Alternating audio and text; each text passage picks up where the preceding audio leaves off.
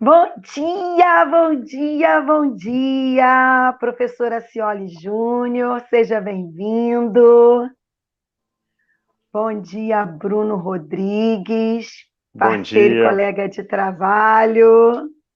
obrigado, Marta, obrigado, Ceped, obrigado, Cioli, obrigado a todos que estão assistindo, tá? Saudações, E aí, a muito Cioli, obrigado. tudo bem por aí? Tudo bem? Bom dia a todos. Para mim é uma satisfação muito grande poder estar aqui contribuindo com vocês. Que bom, seja muito bem-vindo.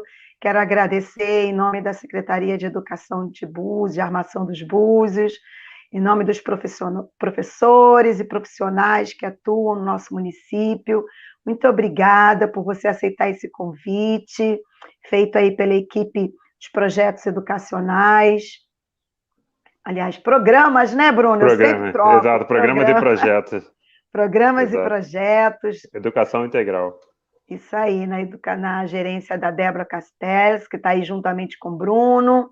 Quero dar um bom dia a Jaqueline Figueiredo, que já está aí na fila desde cedo, Ana Paula, Sandra Almeida, Sandra Salles, Getúlio, Aline, Francisco, Fabi, Dani, Rélica, Sabrina, Jorge, Simone Couto, Márcia Dutra, Mônica, Simone Regina, Vanusa, Márcio, Maísa, Jaqueline Santos, Clarice, Raquel, Rita, Daiane, Daniele, e tem gente aberta, ó, Aline, Françoísa, Inês Macieira, bom dia, minha querida. Luci, Marinete, Tiago, Jaqueline, Kátia, Carla Jucá, amigona, parceira, Márcia Cristina, André, Juliana, Janaína, Arcilene. Gente, ó, já não dá mais, já tem muita gente. Quero agradecer. Quero dizer para vocês que nós estamos na última semana das sessões do CEPED do ano de 2021, um grande desafio e, ao mesmo tempo, um grande prazer da gente finalizar, né, esse período, né, esse ano de tantos desafios e aprendizagens. A gente encerra com a participação, com a atividade especial. Deixa eu abrir aqui, que eu preciso ler isso para vocês, um texto que eu enviei no e-mail, né? Para vocês saberem assim, como é bacana, né, a gente poder contar com parceiros de trabalho. A Débora, juntamente com o Bruno, me fizeram esse desafio. Vamos conversar sobre história, vamos conversar sobre cultura afro-africana. Deixa eu abrir aqui, gente. Espera aí, só um instantinho, que eu já vou apresentar para vocês. Ah, não estou achando aqui, Bruno. Onde o que eu salvei? Ah, já sei. Espera aí, pessoal. Só um instante, senão se eu não ler, eu vou falar bobagem. Só um instante.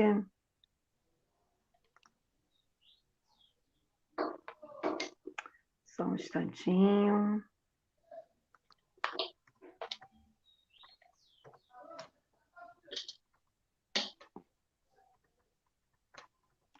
Tanta coisa aqui. Tudo bem, essa expectativa, né? Pois eu acho que eu quero achar o projeto que você me enviou, Bruno, que você juntamente com a Débora fizeram. Uhum. Acho que está aqui. Para encerrar essas Posso sessões do reenviar. CEPED virtual, né? Preparamos o calendário de novembro em parceria com a equipe de programas e projetos educacionais. Essa equipe que tem como gerente a professora Débora Castells e o professor Bruno Rodrigues, como supervisor de educação integral, né? Tem como objetivo refletir sobre as desigualdades sociais na educação a partir das leis 10.639/03 e 11.645/08. E aí a gente vai receber, ao longo da semana, convidados muito especiais que versarão sobre esses temas. Então, ao longo de toda a semana, a gente vai conversar sobre a história e a cultura afro-brasileira, tá bom? Bom, nós temos aqui como nosso convidado de honra o professor Acioli Gonçalves da Silva Júnior, mestre em ensino da história, pós-graduado em História e Cultura Afro-Brasileira, né, em História do Brasil, Ciência das Religiões, Metodologia do Ensino da Filosofia e Sociologia, graduado em História e Filosofia, também trabalha com gestão ambiental e geografia, né, além de escritor, né, escritor de alguns livros aí que tem contribuído bastante com o nosso trabalho e com o ensino de história. E traz hoje como tema os tipos de escravidão e a herança escravista no Brasil. Temos conosco também como mediador, né, o Bruno Rodrigues, que é coordenador da pluralidade cultural aqui da Secretaria, da CEMED, também pós-graduado em planejamento urbano, em extensão da educação ambiental, extensão da educação em direitos humanos, também história e cultura afro-brasileira. Um amante aí, e professor de geografia, licenciado em geografia, né?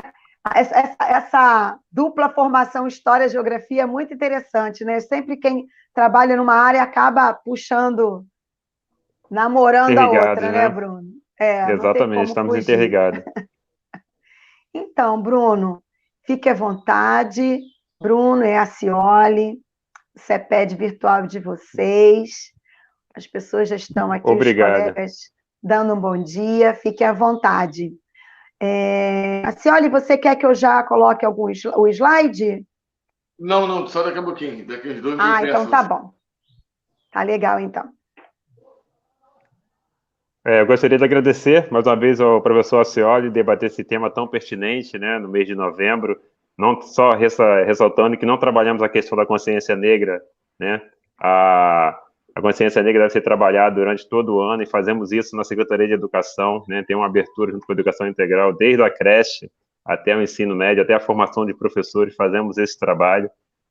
Diante da pandemia, não está sendo possível desempenhar um trabalho como desejaria, né? Infelizmente, mas estamos no caminho aí utilizando a tecnologia para mediar esses conhecimentos, que hoje teremos a participação do professor Acioli. Desde já, muito obrigado a todos que estão nos assistindo, e a Secretaria de Educação está aberta, né, para poder debater algumas ideias, está aberta para adquirir também algumas orientações de professores que queiram participar também da rede, fazer uma parceria conosco. Estamos à disposição. Muito obrigado. Obrigada, Bruno. Pode ficar à vontade, professor. A roda de conversa é nossa. Olha só. Tá bom. Então, de novo, bom dia a todos que estão ouvindo. Como fui apresentado, eu sou o professor Acioli Júnior, eu sempre gosto de trabalhar com essa temática de história da África. Apesar que hoje, como o meu tema ele é muito amplo, eu vou falar um pouquinho também sobre escravidão na Grécia Antiga, falar um pouquinho sobre como era feito nas duas principais cidades-estado gregas, que é Esparta e Atenas. Vou falar um pouquinho sobre o tipo de escravidão em Roma. Talvez aí eu fale sobre um pouquinho um tema muito polêmico, extremamente controverso, que é sobre escravidão na Bíblia. Ontem mesmo eu estava vendo um vídeo de um ex-pastor ateu. Então, estava ali fazendo muitas críticas a esse tipo de escravidão, e do outro lado eu vi 2 vídeos de pastores na qual queria defender aquele tipo de condição cativa. E eu sou contra os 2 posicionamentos. Acho que o posicionamento é outro. Eu não tenho que ter o posicionamento de atacar, muito menos de querer defender algo que não tem defesa, mas o meu posicionamento aqui de tentar explicar e ser o mais histórico possível de sistemas tão polêmicos. Mas eu queria começar a minha fala, na verdade, de uma maneira inversa. O título da palestra, essa herança da escravidão, mas eu gostaria de começar falando sobre ele, e por isso que no slide aí eu coloquei essa temática da herança da escravidão no início da minha fala. Aí agora eu ia pedir para a professora colocar o slide, por favor? Vou compartilhar. Só que se você compartilhar vídeo aqui, não vai ter como. Não, não é vídeo, não, é só o... Ah, então tá bom. Espera aí. Então, passa, por favor. Não, volta. Então pessoal, passa mais um. Só nessa imagem aí. Isso. Então, pessoal, essa é uma dos monumentos mais tristes que podemos dizer criado na história contemporânea. Muita gente não sabe o que significa esse portal, mas em vários países africanos, em vários lugares da África, foram colocados essa porta do não retorno. E, na verdade, isso aí é um símbolo da Unesco. A Unesco criou a porta do não retorno para falar dos milhões de escravos que saíram da África, especialmente no Brasil, e para todas as regiões da América. E essa porta fica sempre no porto de embarque desses africanos. Ou seja, foi o último lugar onde eles saíram da África e não retornaram. Então, mais de 99% dos escravos que saíram da África, dos 12,5 milhões de escravos que saíram da África, não retornaram. E por isso que fizeram esse símbolo, que eu acho maravilhoso, que é a porta do não retorno. Eu acho um símbolo muito triste. Até o ex-presidente Lula foi o único presidente brasileiro a visitar esse monumento em 2005. Então, ó, a Porta do Não Retorno é um monumento da Unesco na cidade de Uidá, no Benin, construído no local de embarque dos escravos que eram enviados para o continente americano. Em sua placa diz que simboliza a última etapa da maior deportação jamais conhecida na humanidade, o comércio negreiro. Então, eu queria começar a fala mostrando esse portal, porque ele simboliza essa grande tragédia da humanidade que foi o tráfico atlântico, você transportar milhões de pessoas de um continente ao outro. Então, isso nunca aconteceu na história e nem nunca vai ocorrer de novo. Então, é uma grande tragédia humanitária e esse símbolo, em vários lugares da África, marcam a saída desses africanos para nunca mais voltar. Então, passa mais um slide, por favor. Como você disse, é uma imagem triste, né? Sim, sim. Então, essa é a definição de escravidão, que eu gosto muito, que fala que a escravidão pode ser definida como sistema de trabalho no qual o indivíduo escravo é propriedade de outro. Então, ele é caracterizado por essa ideia de posse, de propriedade do outro. Podendo ser vendido, doado, emprestado, alugado, hipotecado e confiscado. Ou seja, o escravo sempre foi visto em todas as civilizações que ele existiu, da antiguidade até a escravidão moderna, como algo de propriedade do outro. Então, o escravo é propriedade do outro.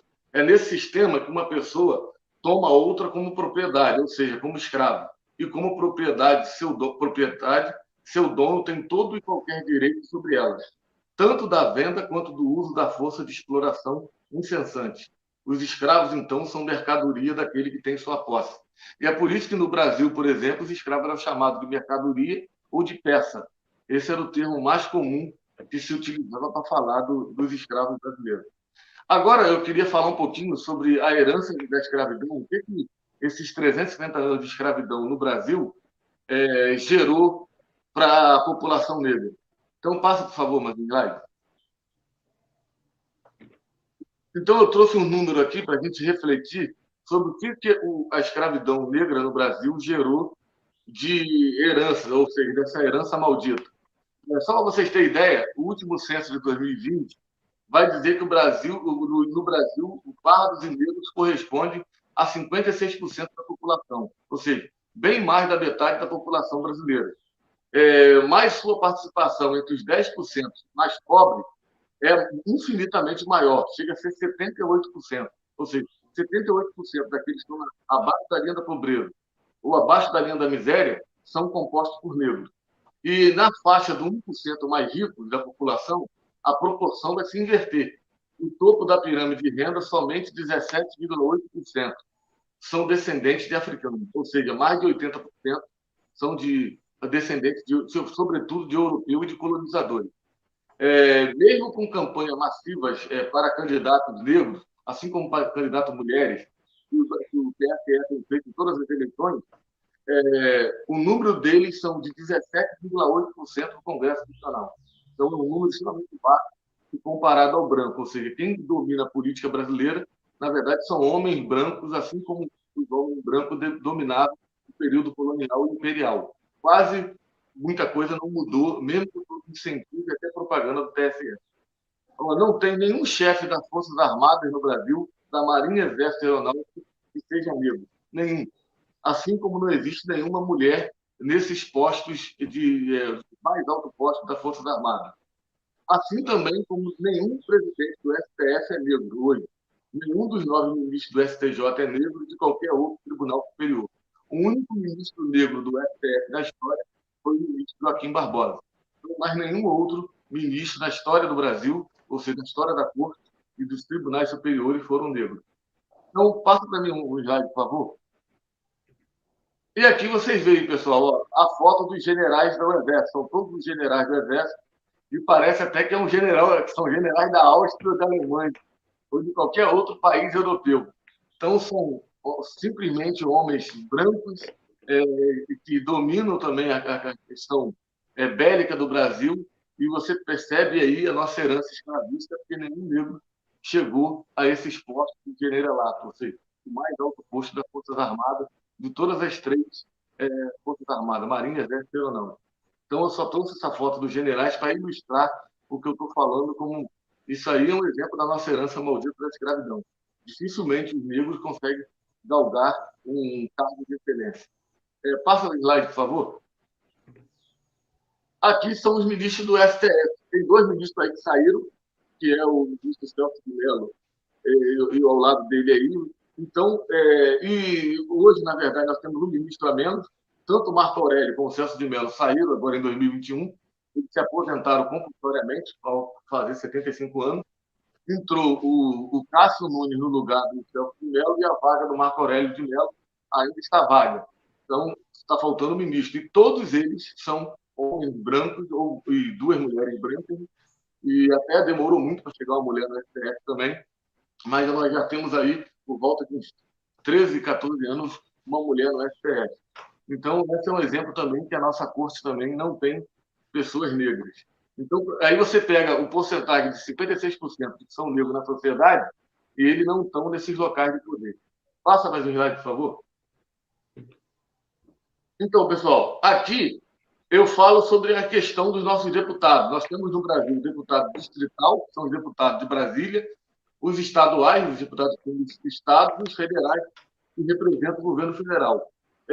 Desses 1.626 deputados eleitos em 2018, somente 65 se declaram negros, ou seja, menos de 4% do total.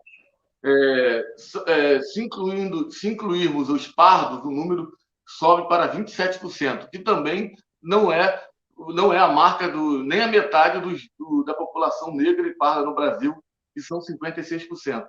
Então, nós estamos muito além aí desses locais de poder. Então, isso é uma marca da herança escravista. E dos 81 senadores, só 3 se declaram negros. Então, o resto aí, ou seja, mais de 90%, não são homens brancos. Então, também é uma marca da nossa herança. Nenhum deles também é indígena.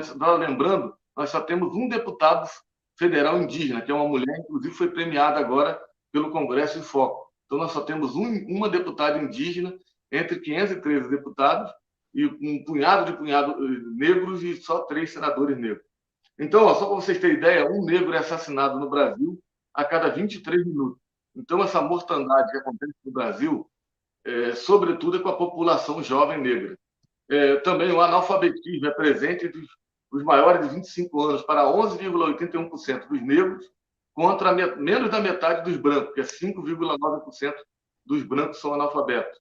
A população negra que finaliza o ensino superior equivale a 8,43%, enquanto a branca é 21,28%. Então, você vê que tem uma diferença muito grande, até na questão da formação, entre a população branca e negra no Brasil. Passa mais um slide, por favor.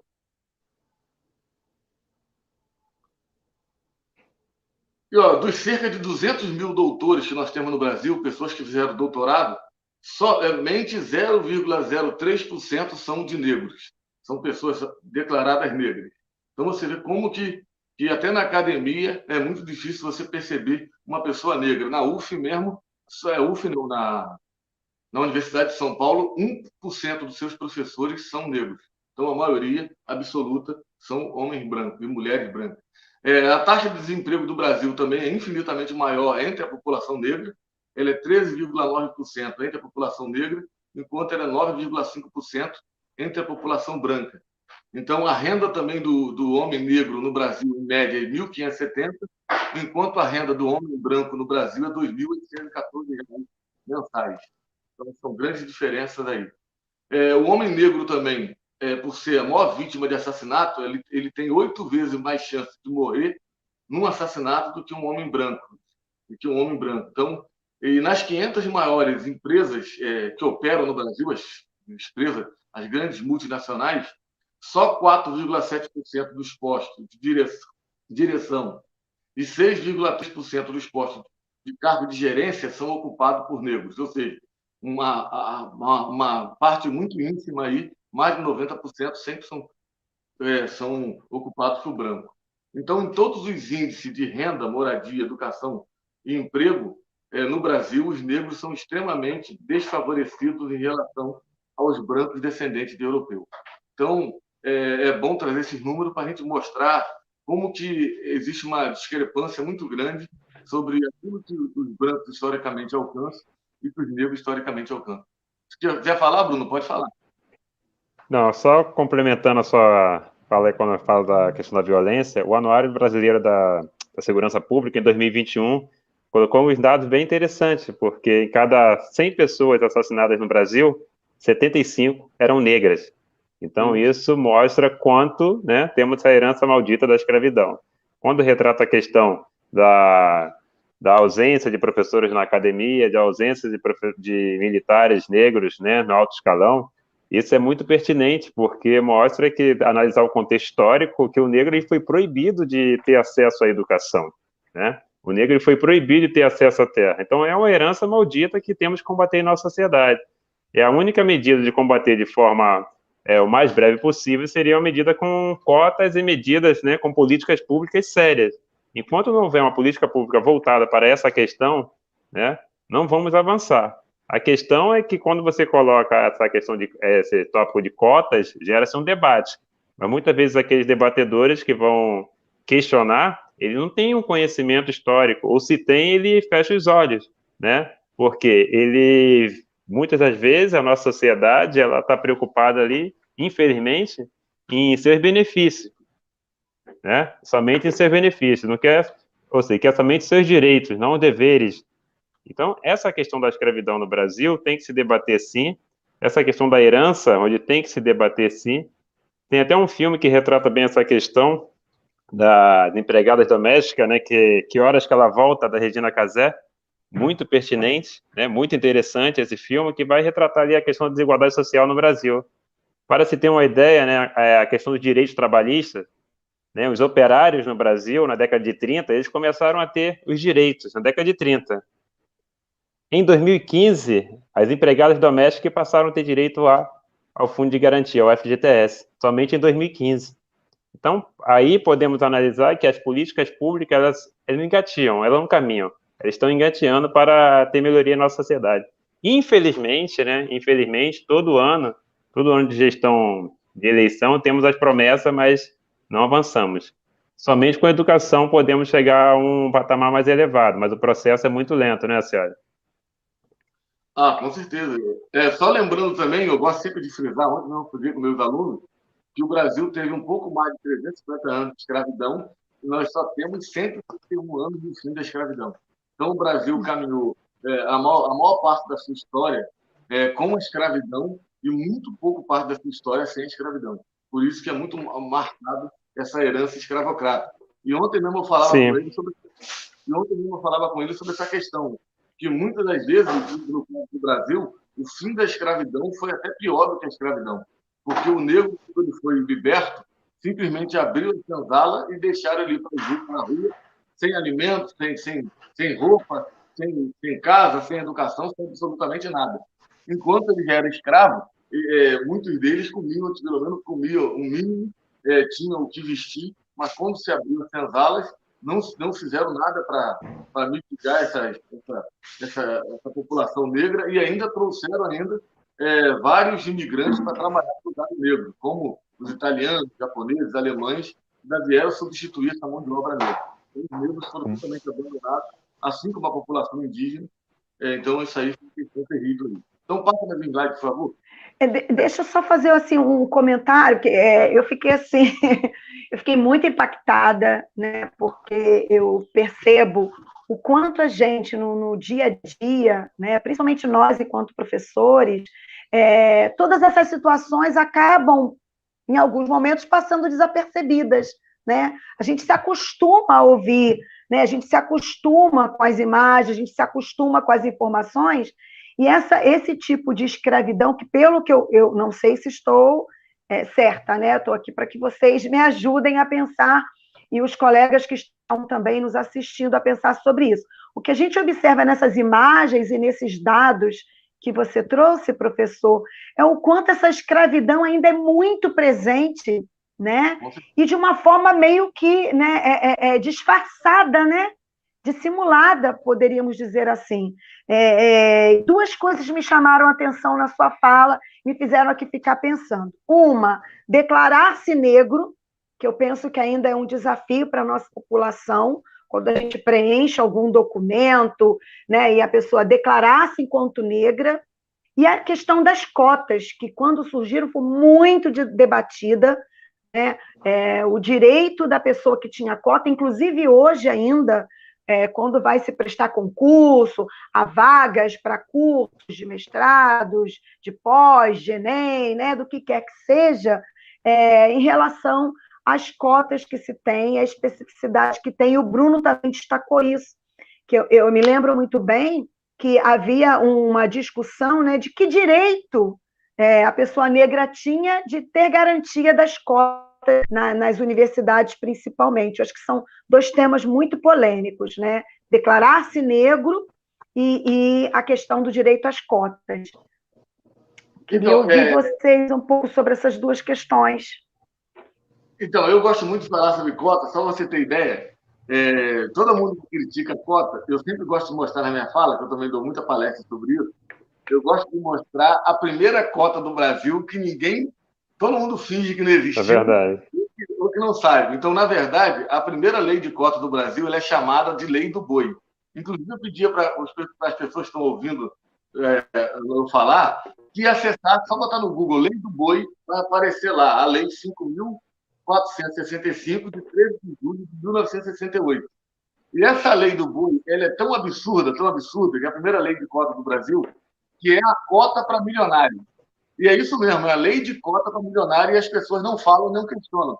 Essa lei dizia simplesmente o seguinte, que os filhos dos fazendeiros e dos grandes agricultores do Brasil tinham o direito de ter os seus filhos estudando nas principais universidades públicas do Brasil, sem prestar vestibular, desde que o curso fosse voltado para a área da agricultura e pecuária.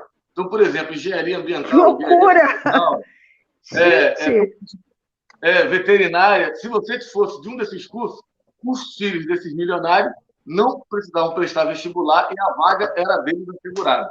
E eu sempre digo o seguinte nas minhas falas, que a gente não questiona essa lei, que é a primeira lei de cota do Brasil, a lei do boi, como nós não questionamos, por exemplo, que o Brasil, em 2020, deu 453 bilhões de renúncia fiscal para os homens mais ricos do Brasil, para os maiores bilionários, para as maiores corporações do Brasil. Ou seja, tudo aquilo que é dado aos ricos, nem o rico nem o pobre questionam.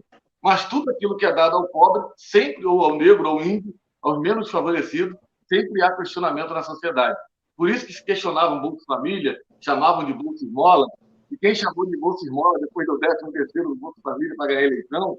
Então, sempre assim, todas as vezes que algo favorece aos mais ricos, poderosos, nem o pobre questiona, o rico muito menos. Mas tudo aquilo que vem fazer políticas reparatórias, como a lei de cota, as pessoas questionam. Uma outra questão sobre a lei de cota, só para ressaltar, como o Bruno deixou claro, primeiro que as pessoas que criticam a lei de cota nunca leram a lei de 2012. E não leram por quê? A maior prova que eles não leram a lei é que eles só falam de cota para negro. E ele esquece que nessa lei tem inúmeras outras cotas. Por exemplo, eu leciono lá no IF de Macaé. 50% das vagas é cota para a escola pública. Então, ali tem cota para a escola pública, cota para pessoas Verdade. de renda, até 3 salários mínimos, cota para indígena, Isso. cota para deficiente físico e cota para negro. Mas a única cota que eles questionam é simplesmente a cota para negro. É verdade, é verdade. E sempre questiona com um argumento falso, que é o argumento de que diz que o negro ele é inferior na discriminação. Quando, no entanto, a lei de cota foi feita como uma reparação histórica. É reparar esses 350 anos de escravidão na qual o negro passou no Brasil. Então, aquilo ali não tem absolutamente nada a ver com inferioridade de um grupo ou de outro, ou de que um grupo é superior ao outro. Simplesmente a lei tenta reparar esse mais de 3 séculos de escravidão e tentar, no futuro, mitigar as desigualdades sociais, fazendo com que o povo brasileiro tenha uma divisão mais proporcional e justa. Já que, como eu falei, os negros são 56% da sociedade. Então, ser 56% da sociedade, no mínimo, eles teriam que ter 50% nas universidades públicas, no Congresso, numa Câmara de Vereadores. Não é isso que ocorre. Então, a lei de cota tem esse sentido, de mitigar e de ser uma reparação histórica. Então, aqueles que conhecem a história, rapidinho compreendem a importância da lei. Aqueles que não conhecem, sempre vão julgá-la. É verdade. Exatamente, Pode falar, Bruno, depois eu vou ler alguns Né? comentários. Não é nenhum favor, o Estado ele tem uma dívida histórica, então ele tem que ter medidas para compensar isso. O que acontece é que a nossa sociedade ela não está conseguindo ali diferenciar a questão do conhecimento e informação. Muitas vezes ela faz uma crítica sem ter o conhecimento, ela recebe uma informação pronta, tipo em redes sociais, e começa o debate. Não tem nenhuma, muitas das vezes, embasamento, e até para você discutir essas ideias é complexo. É como você colocou. Tem as cotas, mas o processo de avaliação, a prova é a mesma para todos. Não vai ter prova diferenciada ali. E outra coisa, para se manter na universidade, os professores dão o mesmo material, o mesmo conteúdo, vai depender do aluno. E está mais que provado que os alunos negros têm um grande destaque nas universidades públicas. Tem um grande destaque. Então, o que está faltando na nossa sociedade é mais informação. E isso aí é muito complicado você debater essa questão, porque quando você vai debater com embasamento, muitas vezes vem um xingamento, muitas vezes vem ideias contrárias sem ter, de fato, conhecimento daquilo que realmente estava acontecendo ao redor. É triste. Deixa eu ler aqui alguns comentários, né, que os professores estão fazendo. Professores, olha aqui, os professores participam, né, como eu te falei, uma grande roda de conversa na sala dos professores. A professora Mônica Duarte fala assim: vi uma palestra que está mudando, né? Estão se reconhecendo negros porque há um surgimento de representatividade. Ela vem falando que ela assistiu uma palestra em que que as pessoas tem cada vez mais, acredito que seja isso, né? Essa questão de declarar-se negro, né? Essa representatividade. Realmente a gente tem visto as pessoas tomando o seu espaço, as pessoas negras tomando o seu espaço, brigando pelos seus direitos, e cada vez mais grupos, né, se manifestando e trabalhando para a conquista desses direitos, para que esses direitos sejam preservados. A professora Janete diz: a escravidão é muito presente, né, e disfarçada. Direito das pessoas a terem as cotas, que direito o negro teria sobre as cotas, né? Não entendi muito bem. Que direito o negro tinha sobre as cotas? Enfim, questionando, como vocês colocaram, né, o direito ao negro a ter cotas. Participar dessas cotas. A professora Ana Paula diz: quem tem pai e mãe negro pode considerar-se negro ou não aqui no Brasil? Não, no Brasil pode. É autodeclaração. Autodeclaração. É autodeclaração, sim. Então, por exemplo, a minha mãe é negra, né? No momento de preencher alguma ficha, eu posso me declarar negra. Pode. É disso que você está falando? Sim, é disso que você está falando, é autodeclaração. É a autodeclaração. É porque tem um parda lá. Eu nunca entendi aquele parda. O parda, na verdade, é um mestiço, é um misturado. O parda é um misturado. Então eu seria parda também, porque meu pai é branco e minha mãe é negra. Eu seria parda. Sim, isso aí é o pardo. Então, essa mistura de raças aí é que colocaram como parda. Ele pega um grupo muito amplo. no Entendi. IBGE. Ah, tá bom. Ana Paula diz, cotas deveriam ter nos concursos, sim. Quantos professores da sua escola são negros? Lei de termos, a lei do boi já deu voto para branco, é verdade. A Mônica diz que a pesquisa da UERJ diz que os cotistas estão muito bem e mostra que valeu a pena. A professora Mônica diz que tem uma pesquisa a esse respeito, mostrando como os cotistas se deram bem, né? Para dizer que não foi só uma garantia de direitos porque eles são negros, mas porque tem condições de concorrer de pé de igualdade, né? Mas que a cota precisa ser garantida. Vários comentários aqui. A Janete comentando a lei do boi, né, que seriam cotas para os milionários, no qual somente os seus filhos poderiam estudar. O que você pediu para pesquisar, hein, Ayce? Olha, eles foram pesquisar e colocaram aqui, né? As pessoas foram estudar. Bom dia, excelentes discussões. De fato, onde estão os negros nos cargos de chefia? Né, para que a gente pudesse observar mais isso. Marcos coloca, a lei do boi hoje é uma cota separada para Laurinha, filha fraquejada, que passa no colégio militar sem concurso. E o gado... Verdade. Não vou ler isso aqui, Bolsonaro. Oh, meu Deus, o pessoal tem que falar. A Francinete... Triste realidade, né? Manobras para a filha do presidente entrar para a escola que deseja, um absurdo. E aí vem fazendo comentários, né? O Estado tem uma dívida histórica. O que está faltando na nossa sociedade é mais informação. Reforçando o que você falou, né, Bruno? Esse direito à lei de cotas é para trazer um direito... Para mitigar, né? Para mitigar um direito que foi...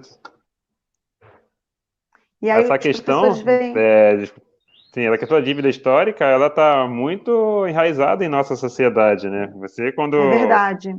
E, infelizmente, como analisar o espaço urbano hoje na questão quilombola, por exemplo, a especulação imobiliária, os negros cada vez tendo que lutar pelo que é seu de fato, né, pelas suas terras, cada vez mais, muitos quilombolas tendo uma dificuldade ali de seu autorreconhecimento pelo Estado, devido à especulação imobiliária, né? Nós temos aí em nossa sociedade, por exemplo, a Zona Sul do Rio de Janeiro, Zona Sul de qualquer cidade, você tem, infelizmente, prédios, né, onde você tem elevadores que são para diferenciar, né, elevador de serviço ainda, aquelas pessoas que vão prestar o serviço à sua casa e vão levar comida à sua mesa, tem que entrar numa área reservada do prédio, isso é um absurdo, é uma herança maldita que temos que combater.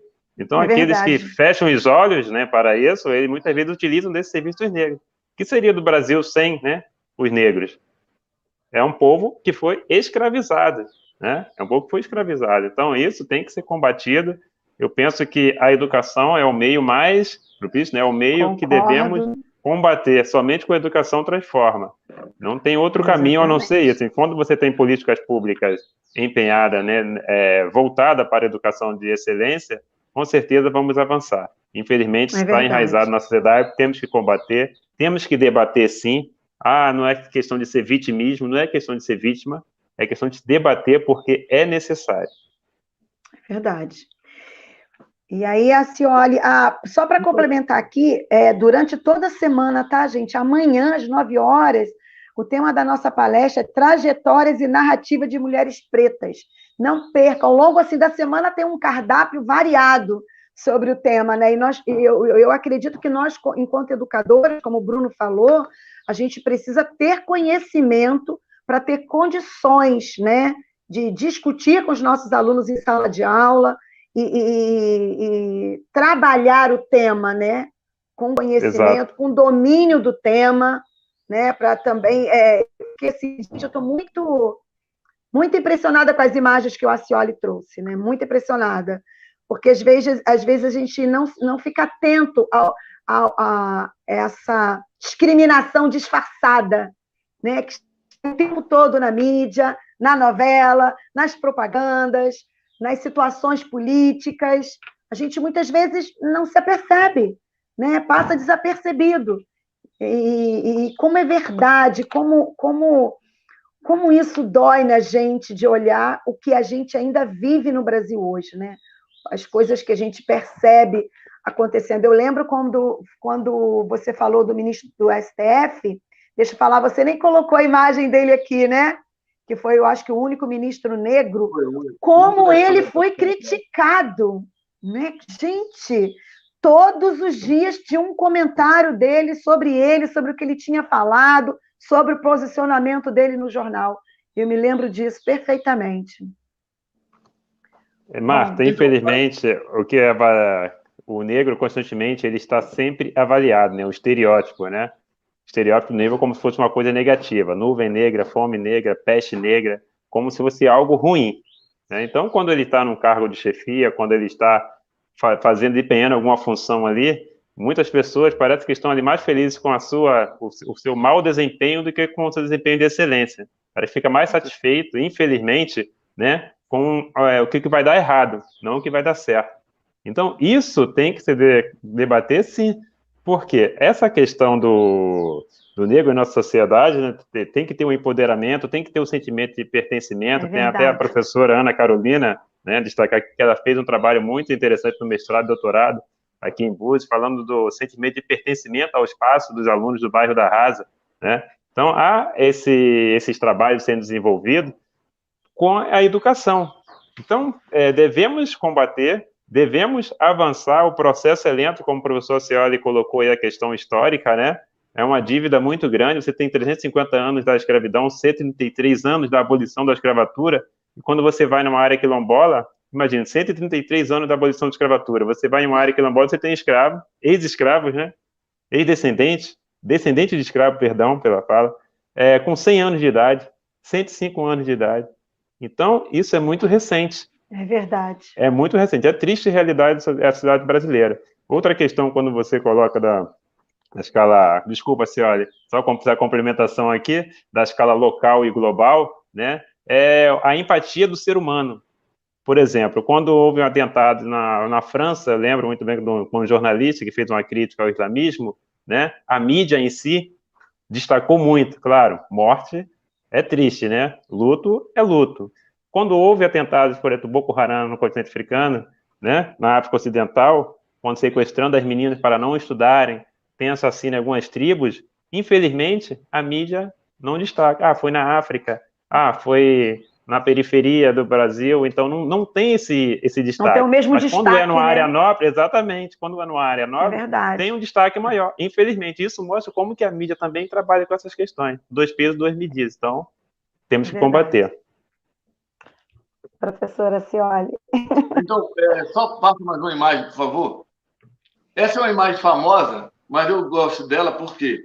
Porque a UFBA é a Universidade Federal da Bahia. Essa formatura aí é de medicina de 2015. E a Bahia é o estado que tem a maior população negra do Brasil, 81%. É verdade. São declarados negros. E você vê que o estado mais negro do Brasil, a foto da formatura da turma de medicina de 2015 só tem branco. Então, eu acho que só tem um negro nessa foto. Só tem uma negra aqui, eu acho que é uma negra no meio de todos. Uma negra. Então, enquanto a foto do lado, que é dos aprovados no concurso da Conlurb, você dificilmente encontra um branco nessa foto. Então, você vê como que a sociedade brasileira encara os cargos que eles consideram para a elite e para os brancos e aqueles que eles consideram subalternos e para os negros. Eu só queria falar uma questão sobre a escravidão. Inclusive, eu queria depois que passasse o slide lá para o final, falar sobre lá para o final? Para lá em curiosidade sobre a escravidão.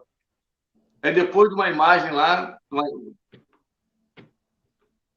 É isso. Mas pode voltar para uma antes, pode voltar uma antes. Então, pessoal, essa imagem aí fala sobre as 4 rotas de comércio negreiro da África para o Brasil. Mas o que eu queria destacar aqui é que muita gente faz confusões sobre escravidão. Então, por exemplo, a escravidão antiga, aquela da antiguidade, que eu até vou pular ela, porque seria uma fala muito longa, mas eu queria destacar algumas diferenças só para nós entendermos que nós estamos falando de coisa completamente diferente.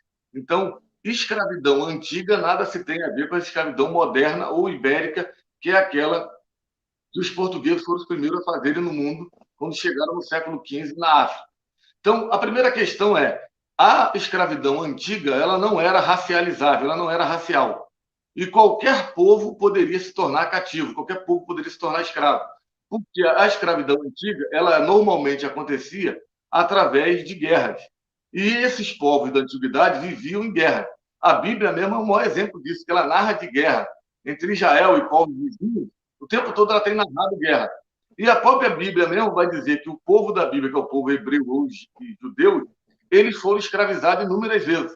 Então, o povo de Israel ficou cativo, segundo o autor de Êxodo, durante 400 anos no Egito, que é um povo negro do sul, do norte da África, que escravizou um povo, entre aspas, branco, eles são de moreno, claro, né, por causa do deserto ali, e aí escravizou os semitas judeus. E depois Israel foi escravo de um outro povo branco, que seria o povo neobabilônico, que tinha como rei o rei Nabucodonosor. Vários textos da Bíblia, vários livros da Bíblia, como Daniel, Jeremias, Isaías, fala do cativeiro babilônico dos judeus. Então, só para mostrar que a escravidão nunca foi racial. Ela ocorria na antiguidade, normalmente, por derrota nas guerras. Assim também, como ela não, obviamente que não existe escravidão boa, mas ela era infinitamente incomparável com a escravidão do negro e do índio aqui. Ela foi muito mais leve, entre aspas, do que a escravidão do negro nas Américas. O tráfico de escravos, tudo isso.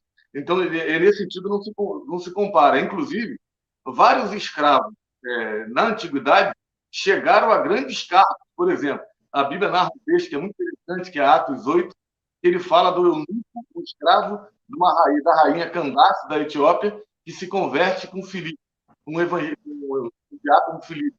E ele vai dizer que esse escravo, esse eunuco, ele estava andando com um carro real, e esse cara ele era o chefe do tesouro da rainha. Então, ele era o administrador do tesouro da rainha. Então, na antiguidade, tanto na Grécia como em Roma, os escravos podiam galgar inúmeros grandes cargos, inclusive acumular riquezas. Então, mesmo sendo escravo, não sendo livre. Então, não se pode falar da escravidão antiga e compará-la com a escravidão moderna. São questões muito distintas. Assim como eu citei a Bíblia, e eu falei no início da conversa, que eu vi vários vídeos ontem sobre escravidão, uma coisa que é fato e incontestável é que a Bíblia, tanto no Velho como no Novo Testamento, ela aceita a instituição da escravidão. Não existe nenhum questionamento em relação à escravidão. E a Bíblia tem 2 livros só para falar de escravidão, que é o livro de Êxodo, que a palavra Êxodo quer dizer saída, que é a saída do povo de Israel da escravidão do Egito, da escravidão à libertação. E ele tem um texto que eu acho fabuloso no Novo Testamento, que é a carta, a epístola do apóstolo Paulo a Filemão, onde o apóstolo Paulo faz uma carta inteira pedindo que Filemão, que era o dono de um escravo chamado Onésimo, recebesse seu escravo fugitivo de volta. Ou seja, isso mostra que tanto o judaísmo como o cristianismo sempre conviveu com a escravidão, e a escravidão era algo extremamente comum. Agora, o que é interessante também é o seguinte, é que a Bíblia, tanto no Velho Testamento como no Novo Testamento, ela condena, de maneira extremamente forte o tráfico de escravos. Tanto em Efésios 1, 8 e 10, ele vai comparar o traficante de escravo àquele que é assassino de mãe e de pai, ao matricida e o patricida. E no Velho Testamento ele vai dizer que aquele que traficar escravo tem que morrer. Ou seja, a escravidão era vista como algo comum e legal, sobretudo aquela escravidão considerada justa, de guerra ou de dívida, mas a escravidão, o tráfico de seres humanos, como aconteceu na África, você capturar um ser humano que era livre e fazer dele um escravo, isso era altamente condenado na Bíblia. Assim como vários textos da Bíblia, o apóstolo Paulo, principalmente Colossenses, Efésios, ele vai falar que o Senhor deveria tratar bem os seus escravos e que os escravos também deveriam obedecer o seu Senhor. E agora, esse slide que você passou aqui, eu gostaria só de comentar aqui, aí depois eu abro para vocês falarem, sobre algumas curiosidades sobre a escravidão. Então, pessoal, só para vocês terem ideia, a escravidão oficial no mundo ocidental, ela terminou com 13 de maio de 1888. O Brasil foi o último país do mundo, do país do Ocidente, da América, a terminar com a escravidão. Antes dele foi Cuba. Só que hoje nós temos no mundo milhões de pessoas consideradas escravas, inclusive para uma das mais antigas organizações anti-escravistas do mundo, que é uma organização britânica. Ela vai dizer que nós temos hoje no mundo 40,3 milhões de pessoas que vivem como escrava ou em condição análoga à de escrava, que é o que a lei brasileira chama. Ela não chama de escravo, chama de condição análoga de escravo. E só para vocês terem ideia, no Brasil, em 2020, 1.444 pessoas foram libertas dessa condição análoga à escrava no Brasil. Então, até aumentou o número de 2019 para 2020. Então, a escravidão não acabou no mundo, como as pessoas acham, pelo contrário, a escravidão oficial acabou em 81 na Mauritânia. Só para você ter ideia, em 1981 havia ainda um país que tinha escravidão oficial, que era a Mauritânia. E ela acabou com a escravidão em 1981 e considerou a escravidão como crime em 2007. Então, hoje, essa mesma entidade vai dizer que 800 mil pessoas são traficadas no mundo como escravos e muitas delas estão vivendo em cativeiro. Só a Índia é o país que mais tem pessoas na condição de escrava no mundo. Mais de 9 milhões de pessoas. Então, nós temos um grupo muito grande aí de pessoas vivendo na condição de escravo em pleno 2021. E o número de escravos hoje no mundo é maior do que aquele traficado pelo tráfico negreiro no século 17, 18, 19, que foi de 12 milhões e 500 mil africanos. Então, o número hoje é infinitamente maior. Então, só para você ter ideia, o número é gigantesco aí. Bruno, quer falar, Bruno? Pode falar. Não, fica à vontade, faça a complementação depois, fica à vontade. Então, só para você ter ideia de que as pessoas têm essa ideia equivocada que a escravidão terminou com a Lei Áurea. Muito pelo contrário. Até hoje, no Brasil, existem pessoas de condição de escravo, e perto da casa do Bruno aí, pelo menos o Bruno morava lá Bruno morava lá na Grisa, perto da Grisa, exatamente. Pessoal, no ano 2000 aí, até 2010, tinha escravo na Grisa, pessoas da condição análoga de escravo, na Grisa aqui em Cabo Frio. E sempre houve denúncia de situação de trabalho escravo ali, ou condição análoga de escravo em Cabo Frio, na Grisa. É só mostrar a vocês que essa realidade não está longe da gente, não. Sobretudo nesse interior do Brasil, existe ainda milhares de pessoas nessa condição análoga de escravo. Uma outra curiosidade que é interessante falar é esse aqui, ó. O banco de dados Slave Voyage catalogou quase 36 mil viagens de navios negreiros, junto com a Universidade de Emory. Então, as viagens negreiras durante esses 350 anos de escravidão chegou aí a quase 36 mil viagens catalogadas. E todas essas viagens são catalogadas, inclusive até meus alunos me perguntaram ontem na minha aula, professor, como que os historiadores sabem o número exato de escravos, ou muito aproximado? Eu falei, fácil. Todo navio negreiro tinha contabilidade de negros que trazia. Por quê? Porque eles são mercadoria muito caras. Então, como escravo é uma mercadoria muito cara, tudo isso era catalogado. Inclusive, havia nos navios negreiros o livro dos mortos, que era só para catalogar os mortos durante a travessia do Atlântico, que era gigantesca o número de mortos. Só para vocês terem ideia, em 350 anos de escravidão, morreram aproximadamente 14 pessoas por dia nos navios negreiros. O Laurentino Gomes, nesse livro aqui, muito bom, Escravidão, sobretudo para quem não é historiador, um excelente livro, ele vai trazer inúmeros testemunhos que vão mostrar que os cardumes de tubarões mudaram seu curso e começaram a acompanhar os navios negreiros por conta da fartura que era de comida que vinha no navio negreiro, de tantos negros que eram jogados no mar. Tem navio negreiro do Brasil que fala que jogou 160 pessoas no mar. Então, só na travessia dos 12,5 milhões de pessoas capturadas na África, cerca de 1 bilhão e 800 milhões de pessoas foram mortas na travessia do Atlântico. Por isso que os navios negreiros eram chamados de tumbeiro, ou seja, eram tumba ambulante. Então, é como se o Oceano Atlântico foi um grande mar, um mar de água, um cemitério de água. Então, de tanto número de pessoas que foram mortas no navio negreiro, até porque muitas das vezes não tinha comida para todo mundo, e quando não tinha comida para todo mundo, eles tinham que lançar alguns negros ao mar, amarrado ao mar, como o filme Amistade coloca. Então, o tráfico negreiro foi terrível. E antes mesmo do tráfico negreiro, a gente tem que deixar claro o seguinte, só para você ter ideia, do tráfico negreiro morreu 1 milhão e 800 mil pessoas na travessia.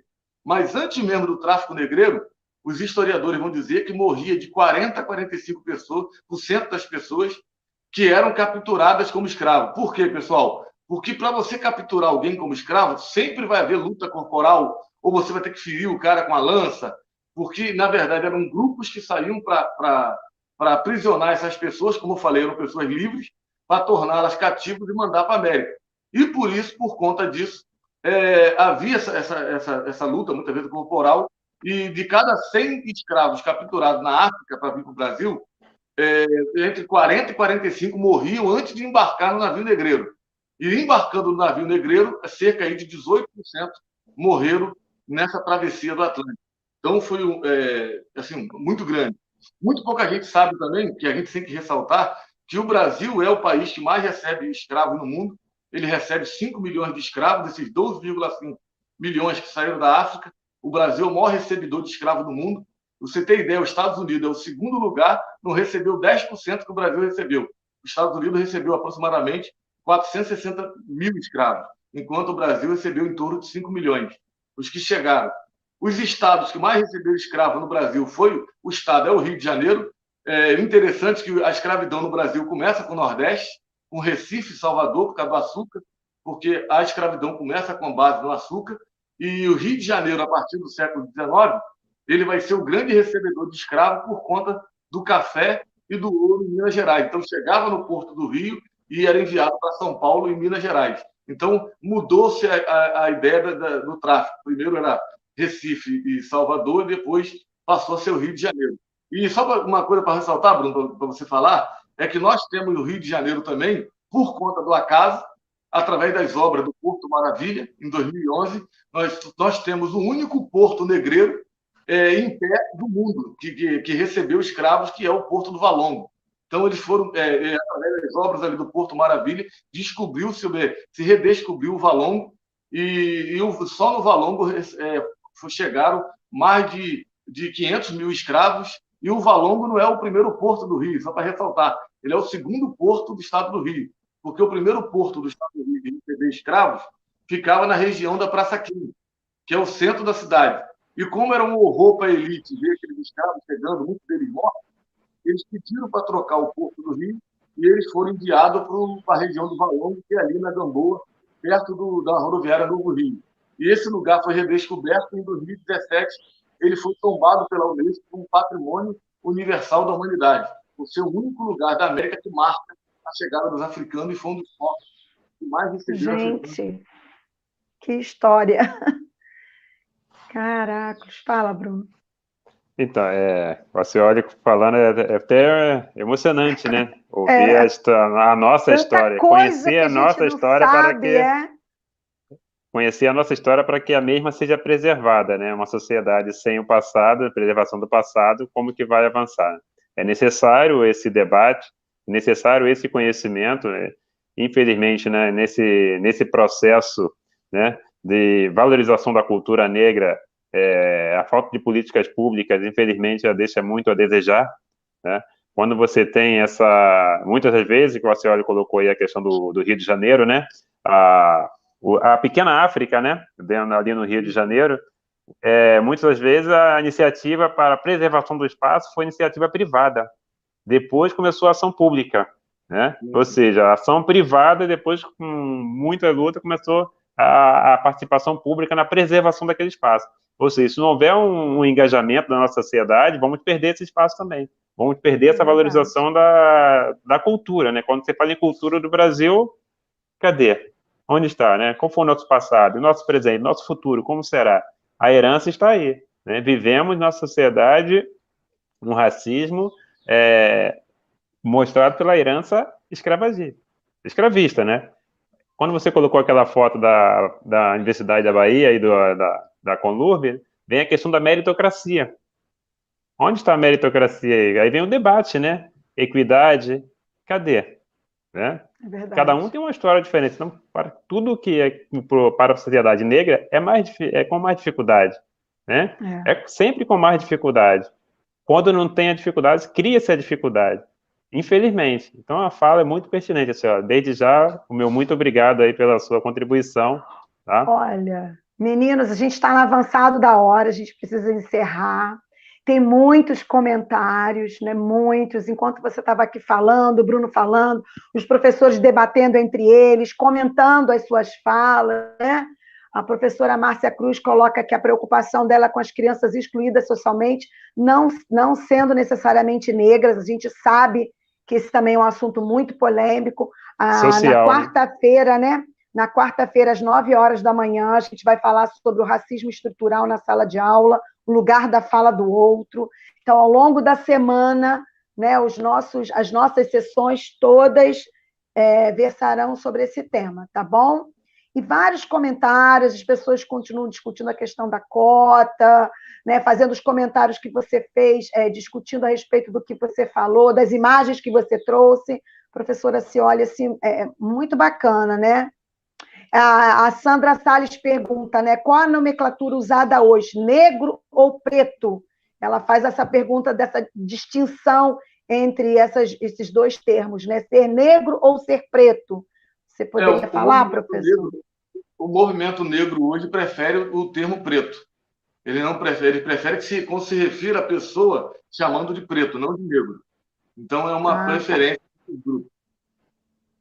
Agora, o que a gente não pode esquecer é de também ressaltar que nessa escravidão africana que aconteceu no Brasil, concomitante a ela e até anterior a ela é a escravidão indígena. Eu sempre gosto de ressaltar isso, porque o índio foi escravo junto com o negro e os portugueses chamavam os índios de negros da terra. Então, não esqueça. Por isso que ela é uma escravidão que nós chamamos de racial, tanto do nativo como do africano. O índio era chamado de negro da terra, então tem essa questão. E a escravidão indígena do Brasil, só para trazer esse último dado, ela vai terminar em 1757, quando o Marquês de Pombal ele vai atender ao apelo dos padres jesuítas que eram a favor da escravização do negro, a escravização do índio, que o índio era nativo, e aí o Marquês de Pombal ele vai encerrar a escravidão, oficialmente a escravidão do índio no Brasil, em 1757. Mas, na verdade, essas duas tipos de escravidão viveram junto, e a do índio teve mais de 250 anos no Brasil. Ótimo. A professora Janete Souza vem aqui ao longo do chat fazendo vários comentários a respeito dessa história, né, da escravidão, né, com muito domínio de conteúdo. A professora Carla Jucá diz: o preconceito ainda é muito grande, como sou mais morena que minha mãe, meu apelido era crioula. A visão racista da família italiana alemã da minha mãe preferia dizer que meu pai era índio, né? E aí vários comentários, gente. Olha, vocês precisam assistir depois para poder ler os comentários. A gente precisa encerrar, já são 10 horas e 7 minutos. A gente está passando do nosso tempo aqui, né? As pessoas agradecendo, parabenizando.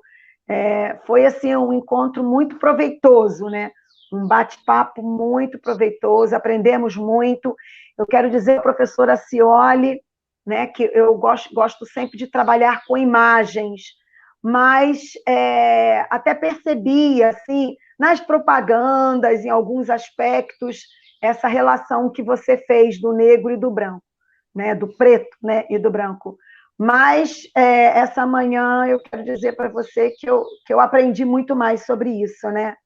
Estou assim, ainda impactada com as imagens que eu vi, acredito que não verei mais da mesma forma, porque a gente vê e não se implica, né? Mas eu penso que ver, se implicar, questionar, manifestar a indignação é muito importante. Não apenas ver e identificar, mas fazer o que você fez, né? Trazer essa análise da imagem. E eu penso que na sala de aula, que todos nós, como professores, é uma primeira atitude, né? Uma primeira atividade, levar para os nossos alunos essa análise das imagens e começar a discussão a partir daí, né? Eu penso que é um trabalho que vale a pena ser feito. As pessoas agradecendo, valeu mesmo, muito obrigada. Gente, ao longo da semana aguardo vocês. Hoje só apenas começamos, né? Temos muita coisa para discutir, muita coisa para aprender, e não só por ser em novembro, como o professor Bruno disse, é um trabalho a ser feito ao longo do nosso ano. Exato. Mas, né, separamos esse mês para tratar desse tema, ficar registrado. Utilize os vídeos com os alunos de vocês, aproveitem para estudar e ampliar os conhecimentos. Professora Cioli, muito obrigada pela participação, né? Estamos gratos pelo aprendizado, aprendemos muito essa manhã. Eu digo assim que o aprendizado bacana é aquele que não nos diz tudo, mas é aquele que nos faz perguntas, né? Que nos incomoda, que nos tira daquele lugar de acomodação. E a sua fala hoje foi dessa forma. Muito obrigada, né, por sua contribuição com a nossa formação. Professor Bruno, também. Muito obrigada pela sua mediação, fez toda a diferença. Ó, Eu que agradeço a oportunidade. Aprendizado. Eu que agradeço pela oportunidade. Eu agradeço a oportunidade também, e só vou dar mais um último dado, só para lembrar todo mundo, que muita gente passa despercebido. O Brasil é o segundo país mais negro do mundo, só para lembrar. O primeiro é a Nigéria, que tem 190 milhões de negros, o Brasil tem 115 milhões de negros, e o terceiro é a Etiópia, que tem 105 milhões de negros. Então, nenhum país da África, só a Nigéria, supera o Brasil em números de negros. Para você ver como que nós recebemos, como que o tráfico de escravos foi impactante no Brasil. Então, muito obrigado. É verdade. Obrigada, pessoal. Um bom dia. Ó, obrigado. Um beijão para vocês. Aguardo vocês ao longo da semana. Está no e-mail a tabela, o calendário das sessões de novembro. Não perca, aguardo hoje vocês às 14 horas.